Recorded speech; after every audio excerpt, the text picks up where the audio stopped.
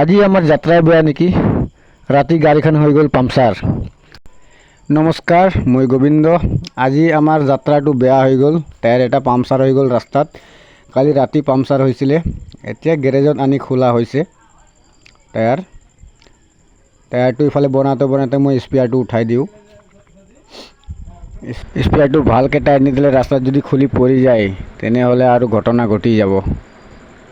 গাইছ, ইমানেই গৰম দিছে, চাওক না ৰ'দ। এই গৰমত কেনেকৈ বনাওঁ টায়াৰ। এইটো আমাৰ মেকানিক হয়, এই টায়াৰটো এতিয়া বনাই দিব। ফাইনেলি টায়াৰ হৈ গ'ল, এতিয়া হাৱা দি আছে। হাৱা দিয়া শেষ হ'ল, এতিয়া টায়াৰটো ফিটিং কৰোঁ। ইমান গৰমত আৰু হুইল ৰেঞ্চ আৰু লিভাৰ দি টাইট কৰিব পৰা নহ'ল, তাকে মেচিন দি টাইট কৰাই দি আছোঁ চকা বল্টুবোৰ। ফাইনেলি আমাৰ চকা বল্টু টাইট হৈ গ'ল। ওকে গাইছ, লগ পাম অন্য এটা ভিডিঅ'ত। ভিডিঅ'টো ভাল লাগিলে লাইক কমেণ্ট শ্বেয়াৰ কৰি দিব।